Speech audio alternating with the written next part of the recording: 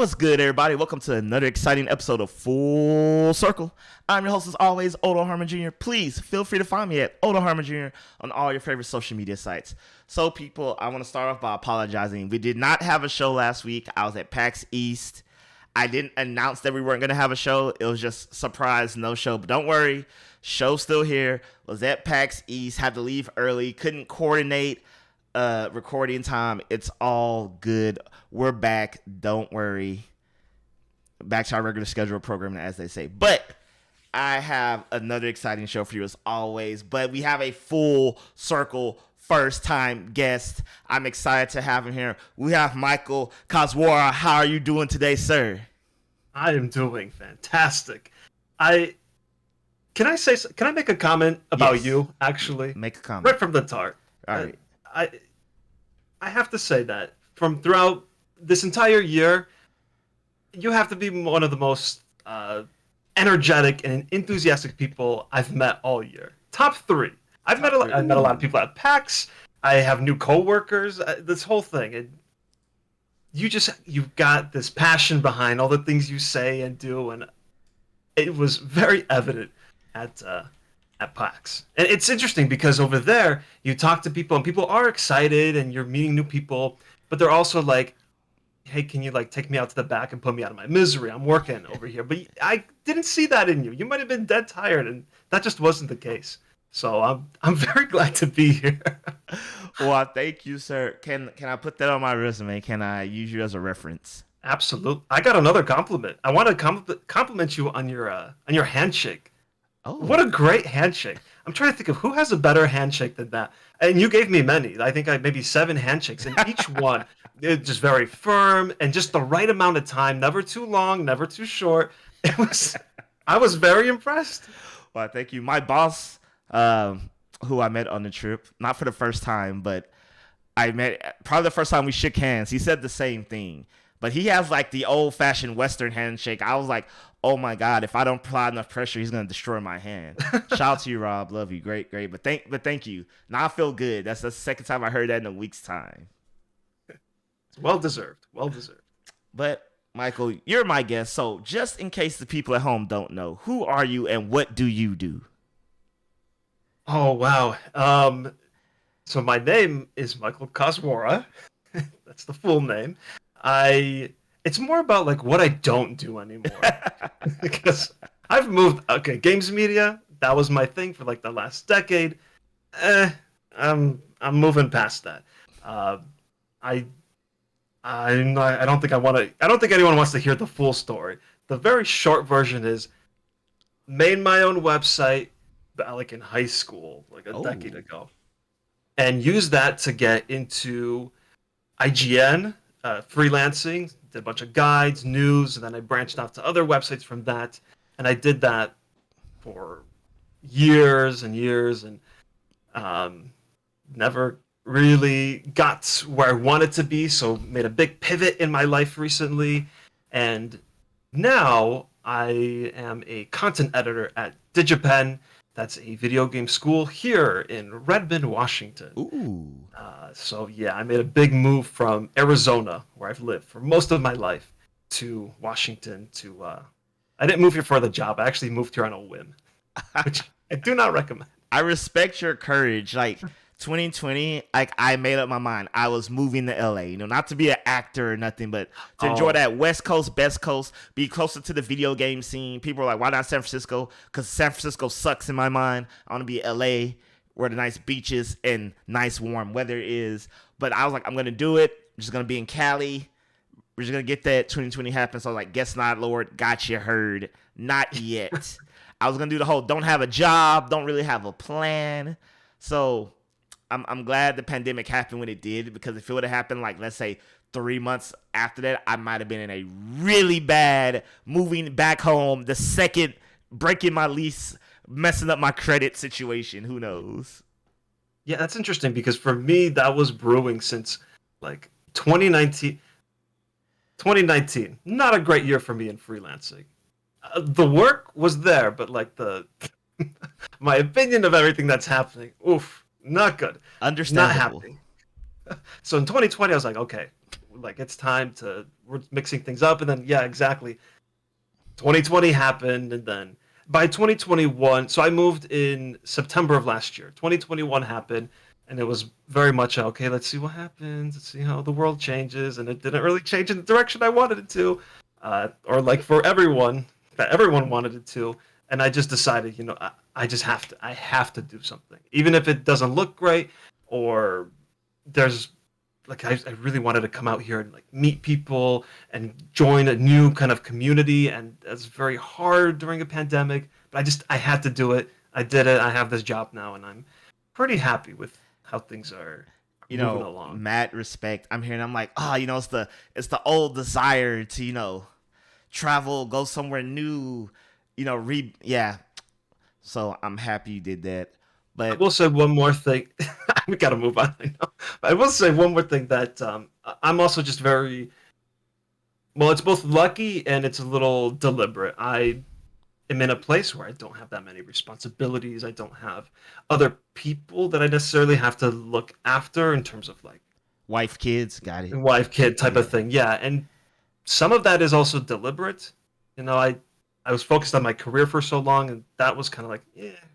I'll get to that eventually. I want that, but I gotta focus on this. I don't want to have a commitment somewhere and then kind of mess up my big dreams or whatever. So it's both. Yeah. So not everyone can do the things I do. Oh yeah, no, I completely understand. Like one of my worst fears is like I'll meet the love of my life, and then I'll get that big call, and it's like, look, you either coming with me or you're not. Yep. That's where we're at. I love that sentence though. My biggest fear is I'll get a call from the love of my life. Can you imagine if it just ended there? The things we do for careers, it's just I don't know. Yeah. I don't know how to feel about it totally. We'll have our philosophical bonus episode one of these days, and it will have like like the fancy chairs, the fireplace. This pose for our listeners. I'm making like a triangle thing and putting it on my nose and nodding. Because I don't know, this is like the quintessential like intellectually listening pose, I suppose. I will adopt that if I get to be on something like that. Yeah, but everyone, we do have a video game show planned for you today. I promise. We are going to be talking about possibly. I'm saying this, we may not get to it, but we're going to be talking about the Xbox Bethesda showcase. In lieu of E3, you knew this time was coming. We're going to have all these new showcases and things. And yeah, we're here for it. Before that, we're going to be talking about Disney gaming. Yes, if you haven't heard, Disney has a new Sim Life game. Not connected to the metaverse, nothing like that. But Dreamlight Valley. Think Sims meets Animal Crossing meets every popular simulation game that's currently out. But instead of raid bosses, you got Disney characters who lost their memories. But we'll get into it. We're gonna start the show off with a recap of PAX East 2022. It is not the first show since COVID, because if you remember, people, PAX West 2021 happened. Very tiny show, very tiny. So definitively, I would say PAX East was probably the first real litmus test to bigger, more what we consider the norm in terms of con going. And me and Michael are both there. We hosted a panel of Michael's design. We'll hopefully get a video of that up online somewhere. We'll let you know. But Michael, I just want to start it off with you. What did you think? I don't have the official numbers, but I heard it was approximately between 70 to 80% on Saturday, the sold out day of what normal capacity would be. So what did you think of the show? The crowds, the booths, the games, the whole shaboodle. Oof. I'm not the greatest person to ask, because now I view everything in the lens of like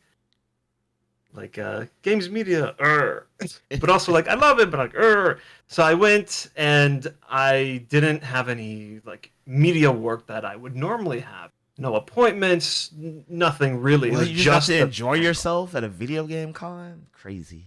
But that's the thing. Like I've been to so many cons now that the idea of standing in a line and waiting to play a game, I can't do it. Even if there's one or two people, I'm like, but I'll just play it in like a few months or So next year. It's I see okay. someone has been spoiled.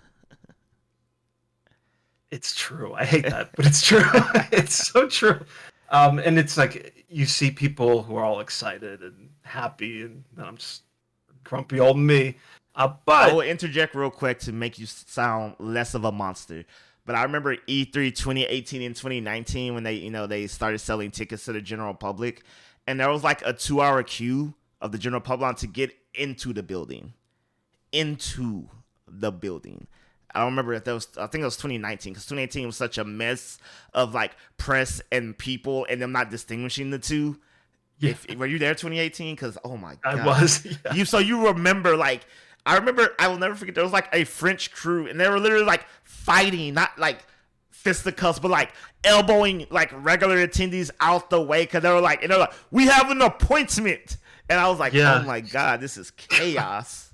Swimming through just people. Yeah, Yeah. but 2019, if you were there was like a queue of attendees to get into the building, and I don't know if it was 2 hours, but it was definitely at the 45-minute mark at the extreme least. Yeah. So I get you because I was like I would never. But I will say that PAX especially is really neat because you show up and you see a bunch of things that you either kind of heard about and you're finally seeing for the first time, or you just never knew existed. It could have been announced long ago, but it's a lot of smaller developers or indie games that show up, and you do a lot of like, hey, here's a neat concept that I have never seen before, and it's not like overcrowded. It's not like your Sony or Nintendo that's just packed with people. It's just a little area you can go and chat with the developer of the little indie game. I love that kind of stuff. Didn't do it this year, but I do love that kind of stuff. I don't, I don't think I played a single game actually. I did a lot of. Well, I was also working during PAX, so I was at the Airbnb in my little laptop, typing away, showing up at the convention center at 5 p.m. But when I was there, it was nice to kind of just walk around the show floor and see all the cool booths and see again the developers, seeing the people at the what is it called, the indie mega, like the indie grouping section. Walking through there, everyone's got like their own little section, and it's a really nice thing. Man, this was my first show working. Like, I've worked every show I've been at too, but not as like, a W-2, this is my job, here's my business card, but like, here is me, I have a camera, I have a caravan on my back, and look at me putting in all the work to one day make it. So it was nice to kind of like, I've always had this thing where like I've had to sell myself to almost everyone I talk to at PAX, unless I'm interviewing them, and even them too sometimes. And it gets tiring to a point because I've been going to shows. Anyone who's listened to me or followed me knows. I've been going to shows, and when I say shows, I mean like upwards to 4 to 5 every year. All the PAX E3, throwing an international show or two, and you start to see a lot of the same people eventually, and it gets real tiring. Be like, hey. I used to tell like my personal friends, it's kind of like I want to be like, you know who I am. You know who I am. You literally see me multiple times every year, but I always having to be like putting my best foot forward. But like, you should always put your best foot forward, but having to do it to at the same place every year around the same time to the same people like clockwork. And that's because it was needed, or because you just had this mentality that that's how you always had to present yourself? I mean, I would like to say it was needed, but since none of those places ever hired me, I guess that's debatable. Mm. But it was, like I have my passion. Clearly I wanted to be in games media, but my thing was like I'm going to do. So so there's this thing, like people say, do give no one no excuses, do everything humanly possible. But I took that to the extreme. and I mean, it could be good or bad depending on how you look at it. But I was like, I never.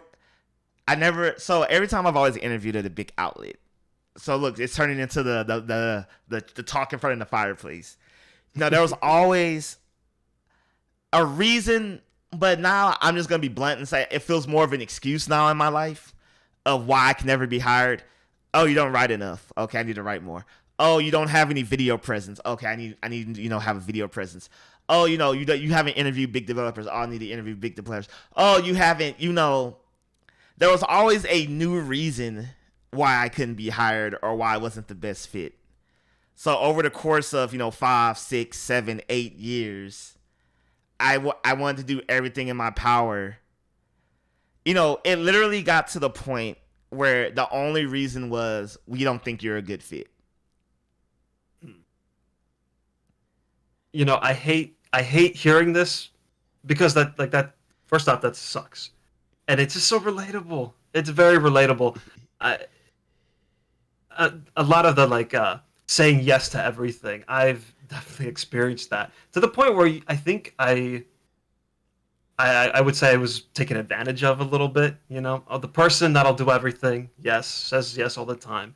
Just give him that work. It's fine, whatever. And also you don't have this, you don't have that. I would say I've had several big interviews in games media where I feel like it was this close but not quite enough, and it was always something well, not this, and then I would shift my mentality and my focus on that just to fulfill that, right? And I feel like I don't want to say I lost myself, that's a little dramatic, but I changed a lot of the things that I do or to kind of fit into that whatever's required. I remember at one point it was he's the Nintendo guy. So it's just that's all he does apparently. So then it was, okay, no more talking about Nintendo, no more doing this kind of stuff, which I love. I love a lot of Nintendo games. So who doesn't? Yeah, exactly. That's questionable. But yeah, I hate to hear that because I'm I feel that. Yeah. It was a learning process. Ultimately I like to believe it made me better. Mm-hmm. I choose to believe it made me better. But I think so. Look where you are now. Yeah. Absolutely. But I kind of, it was one of those things where it's I guess since we're talking about this, we'll get back to PAX at some point, everybody. But I'm sorry. Nah, it's fine. I'm pretty sure they love it. People love stuff like this. It got to a point where I would constantly see people hired with none of the qualities people swore to me were, you have to have this. For example, it was oh, you need con experience, you need on the floor experience, you need, experience talking to developers. And I've seen people hired at IGN who's I've never been to a PAX or E3. I have no idea what that's like. And that first exposure to that was after working at IGN or what have you. And it's I went to PAX South, East, West, Gamescom in Germany, San Diego Comic-Con, PAX West, E3, all in the same year. Wrote content, filmed content, edited content, approximately 75% as a one-man team. And it was just, and then to be told, what else can you do? Is what more can one single person do? Yeah. And, and that's when, I started to have the shift in games media where I reached a mental point where I was I'm not in games media literally because they do not want me in games media. I don't have to say anything else. You said everything that I would have said. Oh, this is terrible, but I can. Okay, so yes, I would say these are very similar experiences. I will play some devil's advocate. I think to be fair, we don't know everything that's going on behind the scenes. Who's in charge of what? Yeah, who's requiring what at any given moment. We don't know. Whatever. It is a moving goalpost. I will admit that. What it was required from 1 year to the there was a point where like you had to be like the little card in the hat journalistic person and then within a year's time you had to be 75% a host. Yeah. And then within a year's time you had so I am aware that the goalpost does move, and it moves more often than you would expect. Mm-hmm. And there are so many of us who want like one job. So the chances are not in our favor either. It's just it's very unfortunate, and it hurts a little when it's with like a company that you've worked with a lot, people that you've interacted with for years, that kind of thing. It's like, I guess I'm just not good enough, or you don't want me enough, especially if somebody that's more from the outside comes in and takes that job, right? That's what it's like. Oh, my heart. I'm over here trying not to be like, right, this is what happened to me. These are the people. This is the company. Oh no, I feel you. It's like names, locations, addresses. Oh, God. But no, Michael. Some people may not get it. Some people may be like, I don't know about that. But Odell Edwin Harmon Jr., full government name, people, is not one of those people. I don't mind saying my full government name because it's quite literally on like every other thing. So I'm just like, some people don't know my middle name is Edwin. My middle name is Edwin.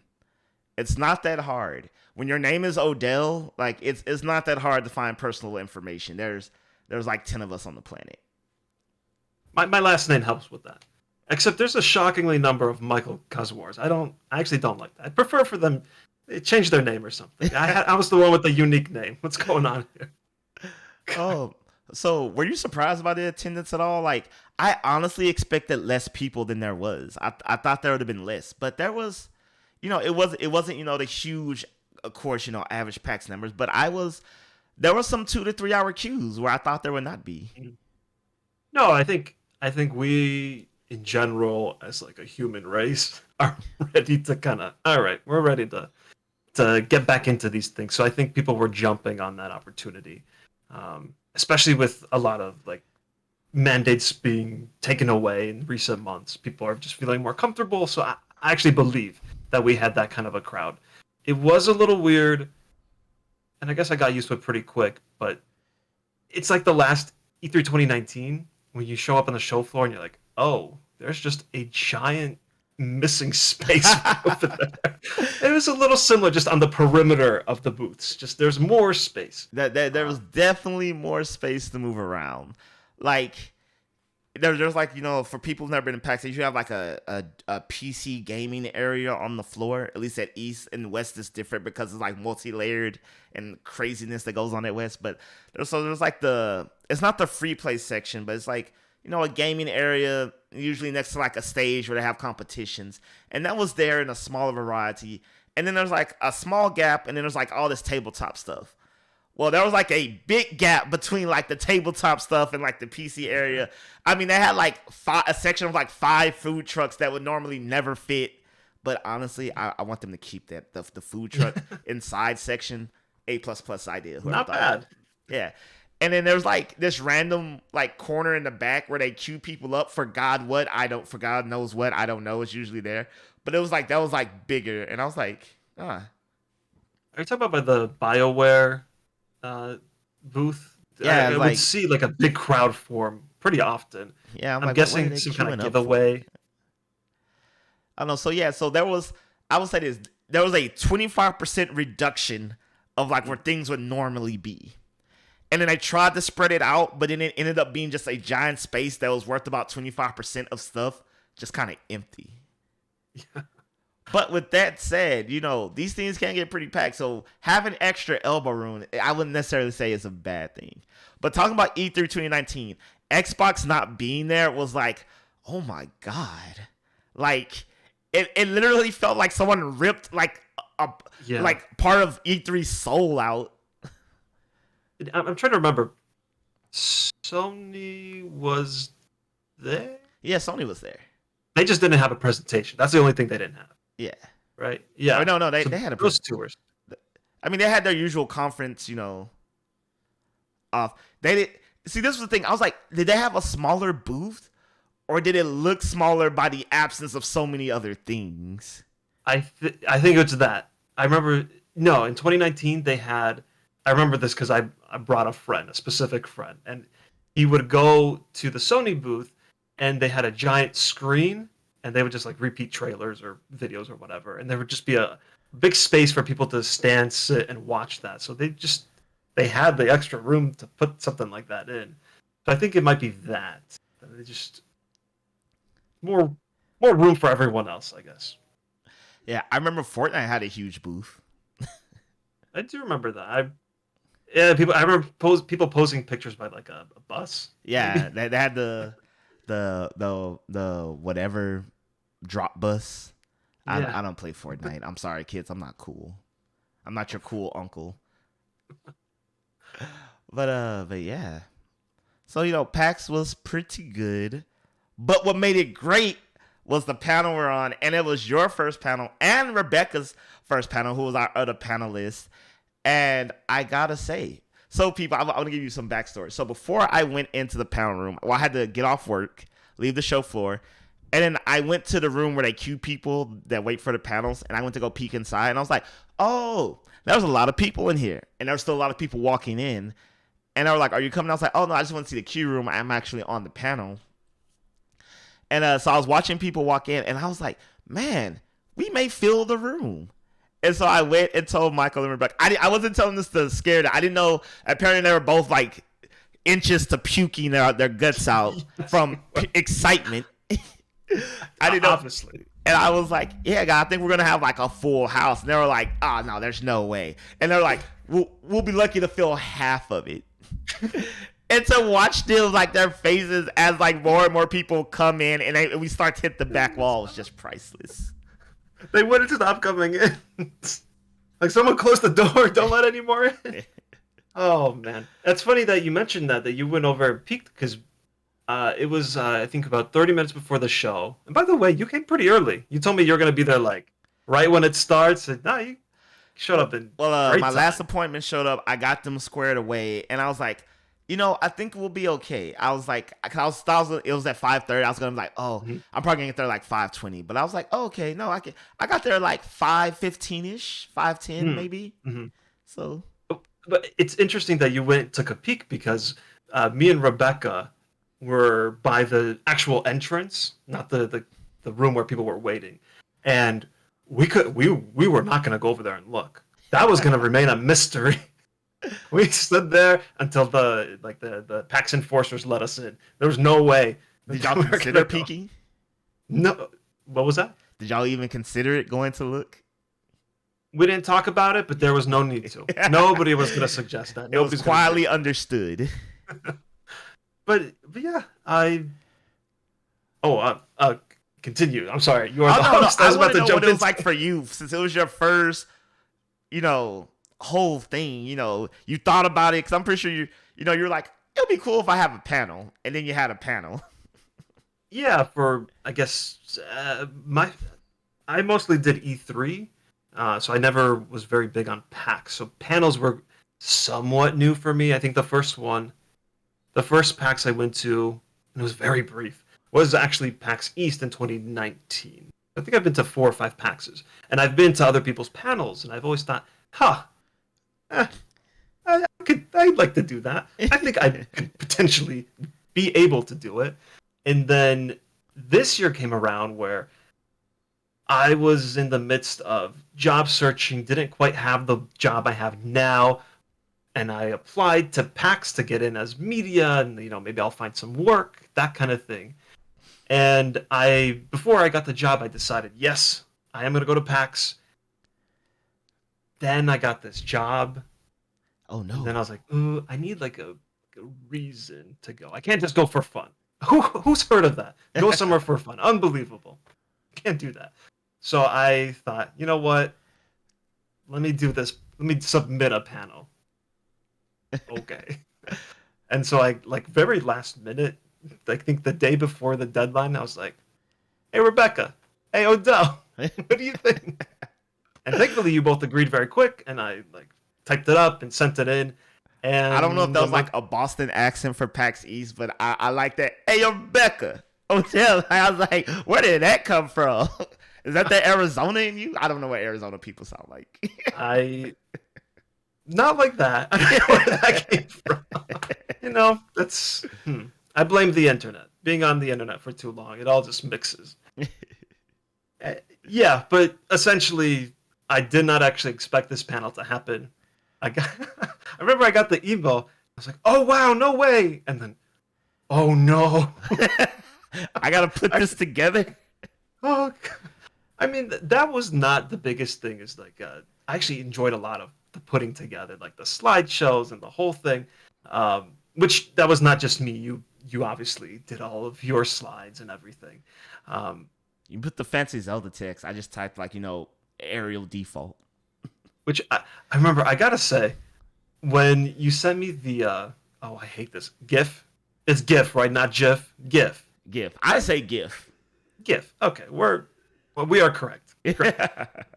When you said you were going to make your own GIFs, and I was like, I can be territorial sometimes. Like, oh, I want to do it though. I have my way of doing it. Oh, and you should have told me that, because I was like, honestly, I was like, man, I really don't feel like doing this, but they'll be so unfair to Michael to be like, here's my moments, take care of it.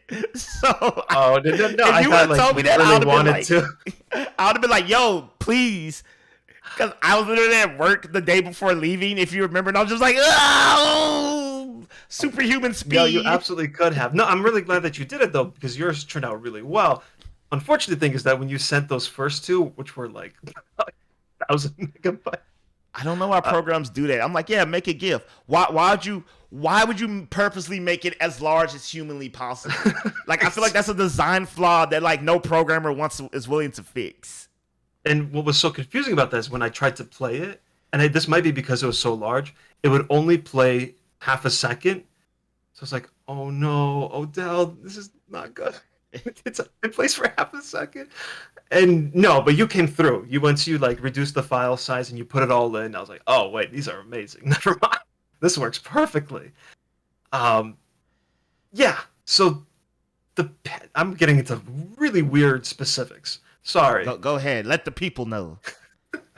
The panel itself, the biggest thing was that I was just scared that I wouldn't be able to calmly host. My biggest fear was shaky voice. That the panel would start and be like, "Hello, everyone," like it would be it'd be a wreck from the start.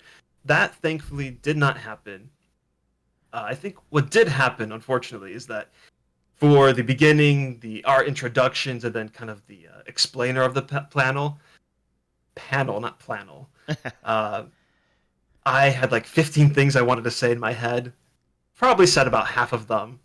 And then a few others like I mixed together in a weird way and it didn't sound right. But I think I got the message across. I forgot to say that it was for the 36th anniversary until like 40 minutes into the panel. It was on the first slide. They can read. They saw it. Hey, yeah, there we go. I mean, it's literally on the description that made them want to come. So thank you. This makes me feel a lot better, actually. Because you've sent me the files. We have a recording. You've sent me the files, and every time I turn one of them on, I'm like, okay, nope. Okay. I hear my voice, and like, I'm out. Not watching that. We can deal with that later. The panel itself, I had a fantastic time on. After like the kind of bumpy intro, I think once we got into the memories, it was, for the most part, smooth sailing from there. If there were any problems, it was more just like, do I have the right words to accurately describe how I'm feeling about this? Not nervousness, not anything like that. And I think you helped a lot because you brought so much energy to the panel, and your like crowd interaction. You're very good at this. I think my favorite moment is like, I see you, shy guy, right in the front row. I love that. That was fantastic. So. I had a great time. I think you did great. Rebecca did great. even I might say I did great. But, Oh, you did great. I think we all did pretty good. I mean, I was keeping count, and you probably got the most insta hand claps for the beginning of your moments. Like your moments didn't need. It'd be like your moment shows up screen. It was like, woo! Title screen. Like you started out like strong. I had a little bit of an advantage because I was the one controlling the slideshow. So when I kind of would hype it up a little bit and then switch it right when I wanted to, which I love. By the way, you would you would whisper to me, "Hit it," and so I could go. I love that, and that I'm glad that you're able to do that. Unfortunately, Rebecca was on the other side; she couldn't. Yeah. But yeah, I had that little advantage. So. Yeah, well, what was your most surprising part of the panel for you? You know, once everything got started, did you have any moments where you're like, "Oh man, this is amazing," or "Oh, I didn't expect this," or XYZ? Well, the obvious, the attendance. I mean, again, I would joke. I'd say like, I hope we have enough people to share their 9 memories. Like 30 to 50 people will come. I would say that, and in my head, I'd be like, maybe 75, but I'm not gonna say that. No, how many people do you think that was? Like 300? 300? Yeah. 300 something? I say it was probably about 300 something, given the room size. It was definitely over 200. That's for sure. I'm gonna say somewhere between 300 to 350. Unreal. And that's the other surprising thing. We filled the room, which whatever how many maximum capacity chairs, we were approximately that. Because not every chair was full. And I have speculation that they let more people in. Like, let's say they had an extra 20 people out there. They're like, yeah, just go in. Because it really felt like more than whatever their max capacity was. And it is also another surprising thing. I don't want to keep saying this, but like I didn't just die on the spot. I actually just started. And you know what? Stress has a lot to do with that. The fact that we had some like slideshow problems beforehand. That took all my focus. I couldn't stress for hours. We had intro music for when people walking in, and it did not play, but we survived. Yeah, I spent like 3 hours in that. Oh my god. I'm so sorry. And then in just a moment, it's like, all right, we have bigger things to worry about. We can't play this. And we had like some worry that like, wait, is my microphone not working? Why isn't the green light on? And so when it finally turned on, it just suddenly became, okay, it's go time. We just got to get this started. I didn't have time. Like, you have an interview coming up and like a phone call and you're sitting there waiting. Just the phone's right there. 5:55, interview's at 6. I don't know why an interview would be at 6, but 5 minutes beforehand. And you just sit there patiently waiting and you're dying inside. Every fiber of your being is screaming. You didn't get that for the panel because you were worried about audio. You were worried about your microphone working, and then it just started. So I think that helped a lot. Okay, your actual question is what surprised you?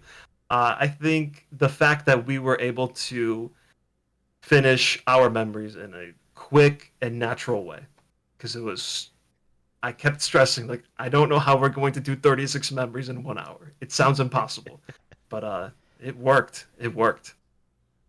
Yeah, I purposely made a lot of, this is the moment, like, The Rock's cape. It's like, there's really nothing to say. You got a cape. You're flying. Look at him fly. I love that moment too. Oh my gosh. Yeah, do you have a favorite moment? Do you have your surprising thing? I was hoping for this, but I'm glad it actually happened. That I was hoping the crowd, not the cloud. I have nothing against clouds. That the crowd would want to be interactive, because I feel like that makes it fun. Like, I've been to panels where it's just like we're like the panelists are basically having like an inside joke party the whole time. And I get it, if you're big enough, I suppose that's okay. I don't think it is no matter who you are, but I guess like if you're quote unquote famous enough, maybe people enjoy that, watching y'all basically have an inside joke party the whole time and reference things that no one else was there for. Odell, personally, not my cup of tea. So, and I've been to panels where I've seen where, like, maybe the crowd felt a part of the experience. Clearly, they're not talking to every individual person. Maybe they're not even asking questions, but it was something everyone could collectively enjoy, whether on the stage or not. And so I remember after experiencing something like that, I always wanted to be like, I kind of want to give people that experience. Mm-hmm. I want people to make it feel like they didn't just show up to sit in a seat for an hour, hour and a half, and then leave. Like, I wanted them to get something out of it. So I was over the moon surprised when a lot of people, well, I assume because maybe I was asking for it, but a lot more people will comment and like scream things as things were happening. But so you definitely drove a lot of that. So thank you so much for that. But it was happening pretty early. I think I think the topic's simple enough. And there was like a promise of like, hey, audience, you get to participate too. But I think the first kind of like cheering that happened was even before the moments. I remember when I did my spoiler warning, and I actually don't know why people started cheering, but I just went over like the 3D games, the 2D games, the spin-offs, and people started cheering and getting excited about that. I think it was just a very lively crowd right from the beginning who were just eager to see what we had and be excited with us. Oh, Yeah. Such a success. I think this panel was a huge success. If you had a rank, how many panels have you been on? Where would you rank this one? Or like, how do you compare it? It's definitely my favorite, hands down. One, it's the biggest panel I've been a part of. And then so I've been on, this is my fourth panel, depending on if you want to count. Okay, so I was part of the Kinda Funny international website tournament at PAX West back in 2019 or 28. No, yeah, that was 2019. I think that was the last big PAX West before the pandemic. And so I'm like, I don't really count that one because I got on stage with like 5 other game journalists. We played a game, and then that was basically the Greg Miller show featuring people who are gonna be our people in the gauntlet. So that was technically the biggest panel I was a part of, but I felt like I was just a speck. I didn't talk. I didn't get to talk other than like, hey, I'm Odell. Like, oh, this game's hard. So I really don't count that one. But if you count that one, then 4. Okay. But the other 2, one was a diversity panel type thing situation, and those aren't the funnest things to be part of. It's more like a, hey, we need to talk about it. It was a diversity panel at South. It was more. It wasn't like just black, brown. It was like LGBTQ plus, disabled, just any marginalized group. So it was more all encompassing. And it was one of those panels like, we are all from groups up here on stage. This isn't like, let's all talk about groups we're not a part of on a stage. Sure. It was one of those. So, I feel like those are important and needed, but I wouldn't necessarily call those talks fun at times. They're more, informative and like, it's like talking to a child about the dangers of, like a stranger.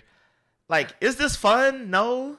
Is it good? Yes. Yeah, I might be a little concerned if there was a lot of cheering and clapping, Yeah, and then the other panels, like, this was clearly by far the biggest and funnest. So like, it was nice just to be like, hey, we love video games. It's about video games. I've never had a crowd of 300 plus like directly listen to me, so that was cool. That was new.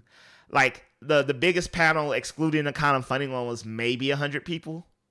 Mm-hmm. It was around your 75, 100. So, but yeah, that was cool. Even the question section, I was like, I wonder how people are gonna go, and they were really gunning to get up there. Yeah. Yes, they were. Like your call to like pick them was the right choice.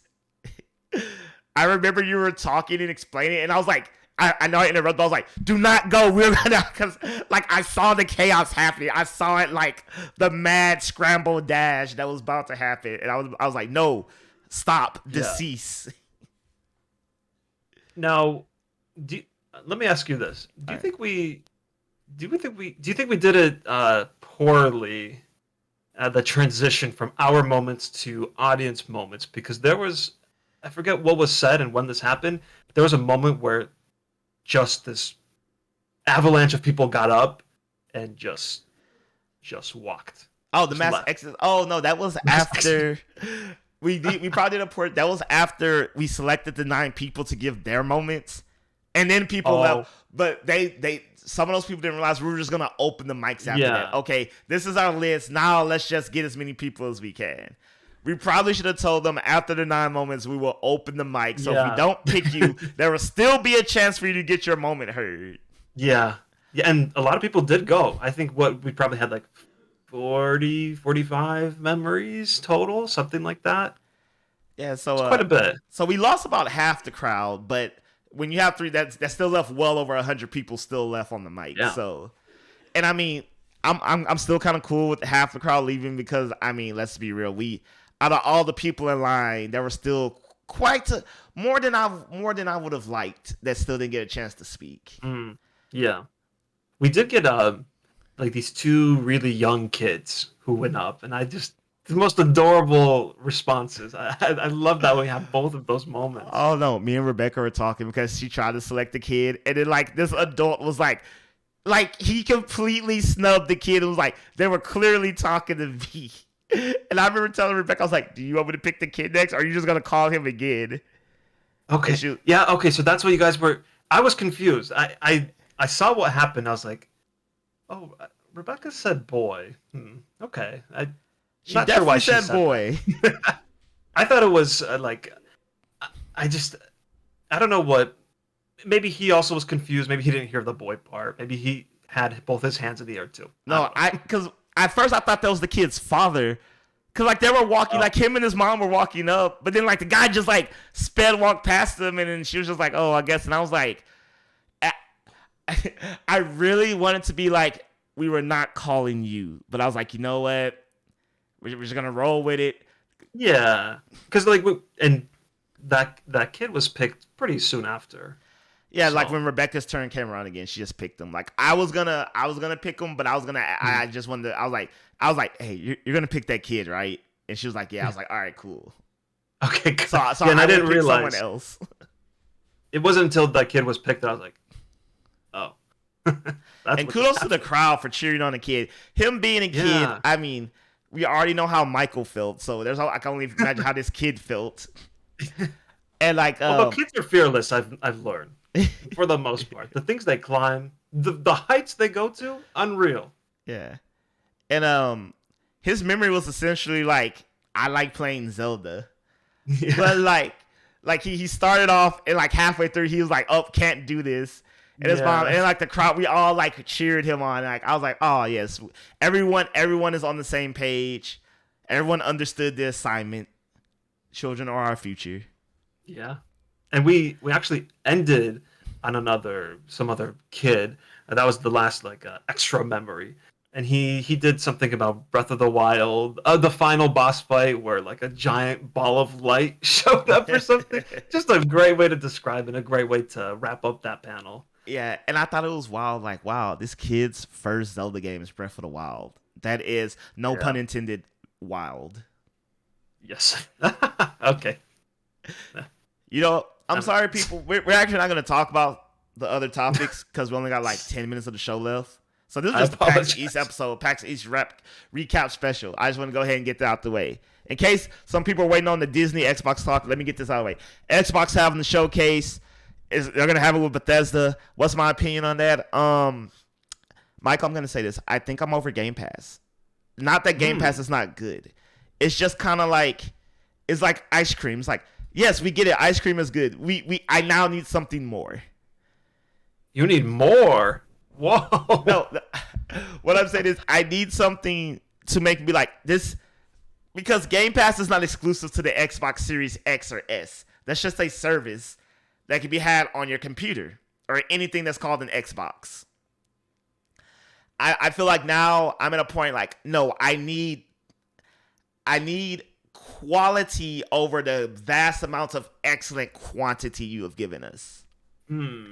Like I am saying that like we have, at least for me, we've reached that point where you can't just be the Game Pass machine. Right. And so do you feel with like, and you're cool with like Bethesda, the whole thing, where just anything that's exclusive to Xbox, whatever that is, you're Yeah. happy with seeing that kind of stuff. Yeah, I need those first party titles. I need to see what all that money you spent on. Like, I want to be excited for the future, because to me, Game Pass again is just, it's a service. It's just kind of like great, But now I'm just like, it doesn't diminish how good it still is. It continues to be. But that's old news. It's kind of like, it's like Nintendo and the Switch. It's like, I'm ready for the next evolution of whatever this is. I need something more. More so from Xbox, because,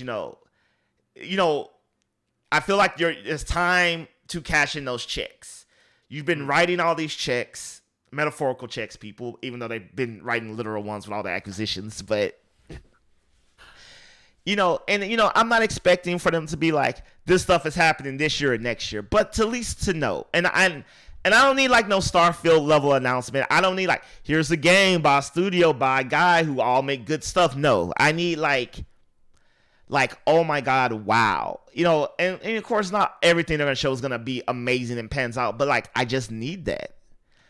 Because I can think to Nintendo and be like, man, I can't wait till Pokemon comes out. I can't wait to this Mario Kart DLC. I can't wait for Splatoon. And this is a lull. Nintendo's been in like a lull for games. And like, even in their lull, I can still be like, oh yeah, I can look at games that I know what they are, how they're going to play, and I can still wait for surprises. I could do the same thing with Sony. There's still like, God of War that I'm waiting for and other things.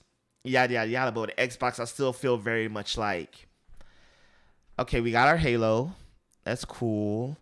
I really don't need a Gears. Call of Duty is going to be, well, I don't know. It might not be multi-platform anymore. But this upcoming one will be. Yeah, I assume so.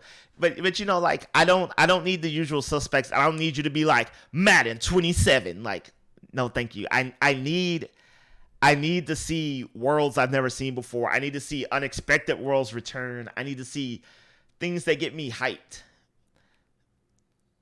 Yeah, I think that's always been at least on my side, that's always been an issue with Microsoft. I'm never, like when I found out about the showcase today, I was like, okay, what games am I supposed to be excited about? Let me go research, because I don't have like this list like I do for everyone else. And I think the fact that we've got Bethesda, I don't know who we is, they, now that they have Bethesda, and some of that stuff's going to start becoming a little more exclusive, that's when I'm going to have to say, well, all right, maybe I can't hold off on not having a Series X for this long, because I don't have one. Yeah, I really don't. I have Game Pass on my PC, and that's how I've been experiencing Xbox so far. Great, again, great, good job, Xbox. I mean, that's me consumer happy. All my Halo is happening on PC. I'm about to. This is so dumb. I'm about to level up, max out the battle pass, in a few days, right before the season ends. But like, I have it on my PC. There's no reason. And I also don't want to tell them like, hey, give me a reason to buy your system. Like, I don't. I mean, but yeah, like that's where we're at. Like, we're people. I say, the average consumer, will probably buy like, but we, we're gaming as part of our lives, professions. It's much more than a hobby for us. It has permeated into multiple areas of what makes us a person. And I think it's fair for us to be like, I didn't need to question buying a Switch. I didn't need to question buying a PS5. Exactly. But I'm still at the point where I need to question to buy a Series X. And I would love to reach that point where it's like, if I don't have a Series X, there's going to be a serious problem. And I also, honestly, I felt that way about the Xbox One, which I did get, but that was definitely my least played console. I think for a lot of people that was true. Even just, I don't know what it is about. Maybe it's just because I play all my PlayStation exclusives on my PS4. I would just gravitate anything that's multi-platform. I just because you're already spending most of your time there anyway. So so I am excited about this. This is. I'm interested to see like what do you have. If we're talking about games, Perfect Dark, Okay, hold on. Which probably won't be there, but I know we're out of time, so we can't talk about. No, I'm excited. we got 6 minutes officially left on the Ooh. clock. So I just wanted to give some people a sprinkle of other topics. Also, there's really not much said about this Disney thing. It looks like it's Animal Crossing Disney version. I don't know. The villains lost their memories. Everyone's lost their memories. You help them get it. You create a character. You build the town. I'm using air quotes for town for our audio listeners. You do stuff.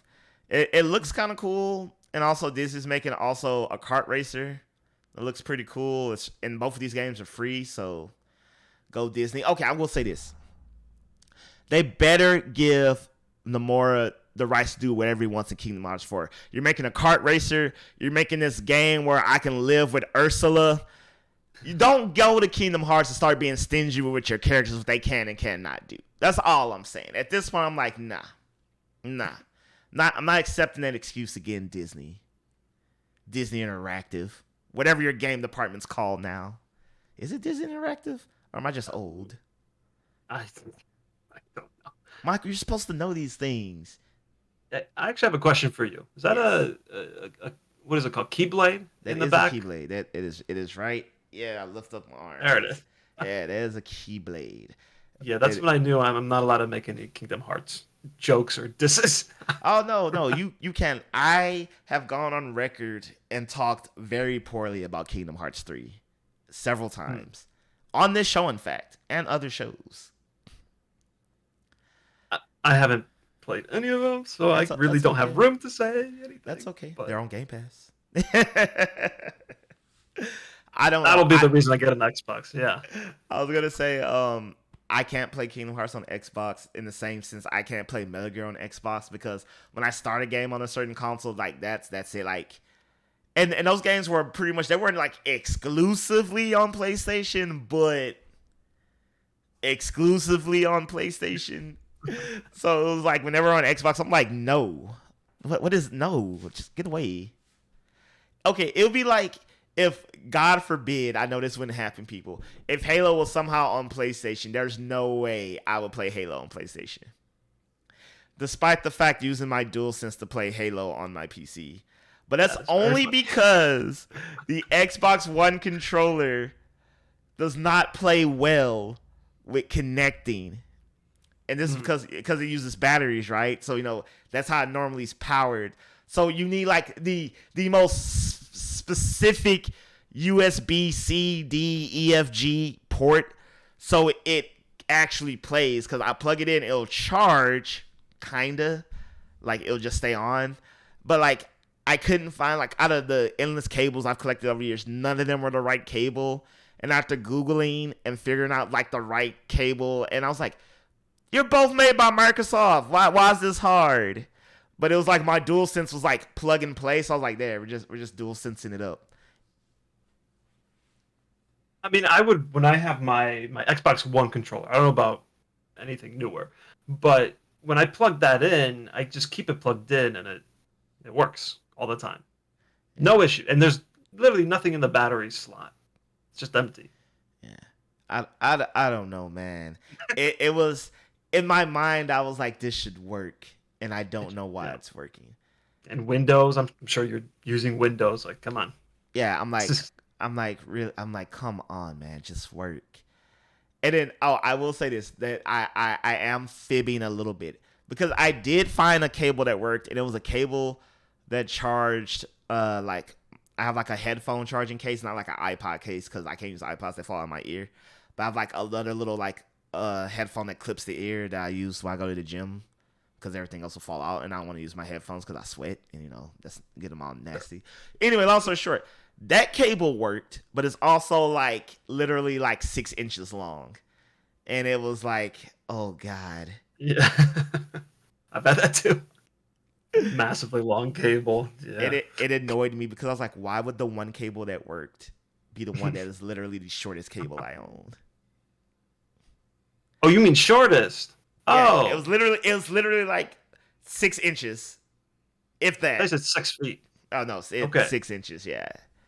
Okay.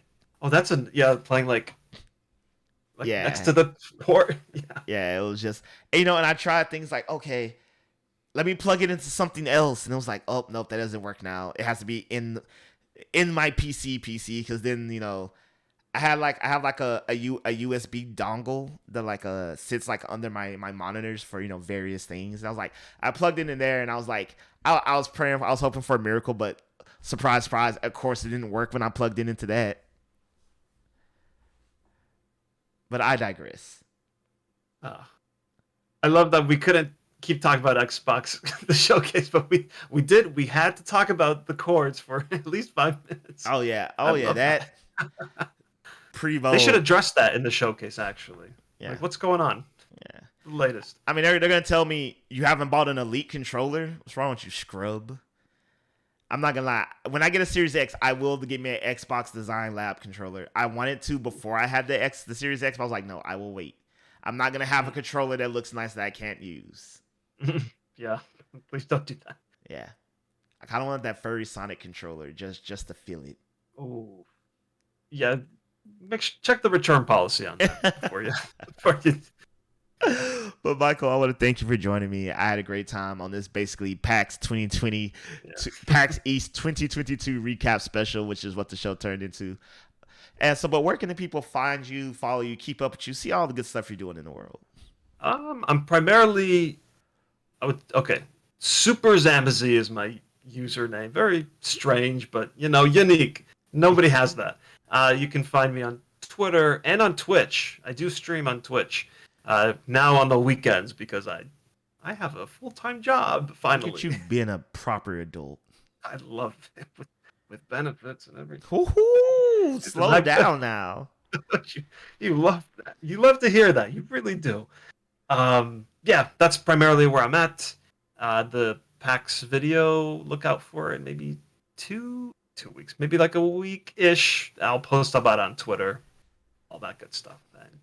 And thank you for having me on. I told you, I had a great time talking to you in person. I've been smiling this whole time, this entire last hour. Always a pleasure. Oh yeah, thank you for joining me, especially on such short notice. Because I got back and was like, oh crap, I gotta get the show back. And I was like, oh yeah, it's gonna be the PAX recap special. I always do a recap special when I come back from a show. I was like, oh yeah. And I was like, wait, I should have Michael on because he was there and we did a panel, and that just makes sense. Yeah, thanks for that. Yeah, thank you for joining me. But as always, people, you can find me at Harmon Jr. on all your favorite social media across the board. Of course, you can find the show Full Circle Podcast on all your favorite podcast platforms, and FC Podcast 23 on Instagram and Twitter. There's a Patreon, links in the description for all that. Thank you to all my Patreons. Shout out to Dr. Rachel Coleman, who was at our panel, who's been my Patreon for as long as I've had a Patreon. She was there, and I met her after the panel. That was a wonderful time. Thank you for that support. You're amazing. Yeah, that was the most surprising thing. I take it back. Meeting Dr. Rachel Coleman, because that I was like, wow. She was like, hey, Odell. She was like, I'm Rachel. And I was like, Rachel Coleman? Because I have like 6 Patreons. I know them all. So. Oh, that's amazing. Yeah. I love that happen. I love that so much. But yeah, so shout out to her. But as always, everyone, have a great week and be blessed. Until next week, bye.